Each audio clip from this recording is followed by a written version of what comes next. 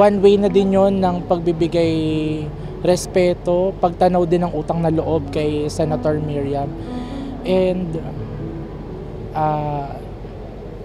kumbaga ito na yung huling ano namin sa kanya, dahil yung pagmamahal namin sa kanya ibang-iba yung pagmamahal namin para kay Senator Miriam. Sa dami ng naitulong niya sa amin, natutunan namin sa kanya, hindi ito sapat para isukli yun sa kanya.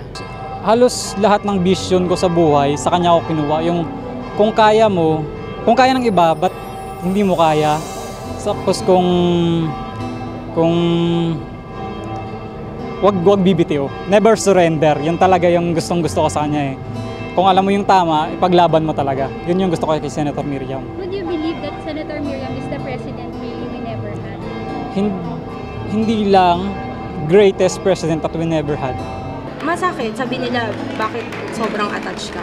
Hindi ka naman family, hindi ka naman part. Pero iba yung naging inspiration niya sa amin mismo. Sa aming Youth for Miriam, Youth Reform Movement, iba siya. Kumbaga, ang tingin sa kanya ng mga tao, terror siya, kinatatakutan siya sa Senate. Pero sa amin, nanay siya eh. Nanay siya, lola siya. Kumbaga yung feeling namin, like, nawalan kami ng pangalawang nanay, nawalan kami ng lola, nawalan kami ng titingalain namin. Masaya na nakakalungkot kasi hindi namin expect talaga na mangyayari to. Although hindi pa kami tapos mag-move on.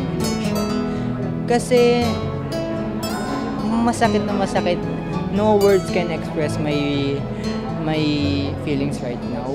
Iniwala ko na sana magsilbi si Senator Miriam na bilang isang magandang halimbawa